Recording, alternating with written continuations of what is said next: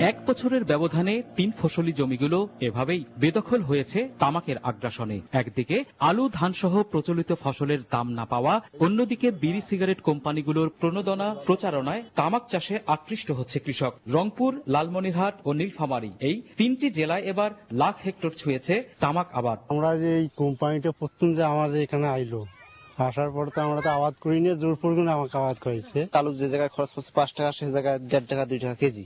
মানুষ সেই জন্য কৃষক বাধ্য হয়ে এখন তামাক চাষ করছে। প্রচন্ড ক্ষতি ভাই, কি করবেন তাহলে ভাই, অভাবে সব নষ্ট। ছেলেমেয়েদেরকে কাজ না করাইলে ফের খাওয়াবো কি? আবাদ তো করছি, আর লস হোক লাভ হোক তাকে না ঘরে তুলবে এর লিখবে।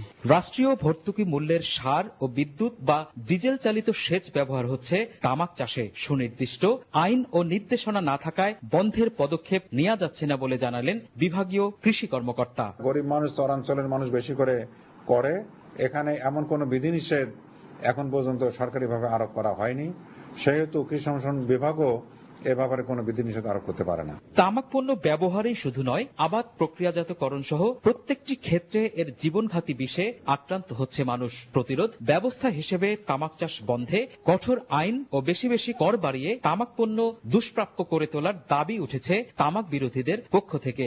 তামাক আমাদের শুধু স্বাস্থ্যের জন্য ক্ষতি করে না, জমির যে স্বাস্থ্য সেটাও কিন্তু চরমভাবে ক্ষতি করে। 5-10 বছর যদি ক্রমান্বয়ে এই চাষ করতে তারা থাকে, তাহলে একদিন দেখবেন যে আমাদের খাদ্য সংকটে আমরা ভুগবো, কারণ এই জমিগুলোতে তো আর কোনো খাদ্যশস্য উৎপাদন করা সম্ভব হয় না। এই শিল্পের সঙ্গে জড়িতদের বিকল্প কর্মসংস্থানের ব্যবস্থা এবং তামাক ও তামাকজাত পণ্যকে মাদকদ্রব্য হিসেবে ঘোষণা করে এর উৎপাদন ও বিপণন বন্ধ করা সম্ভব বলে মনে করেন সংশ্লিষ্টরা।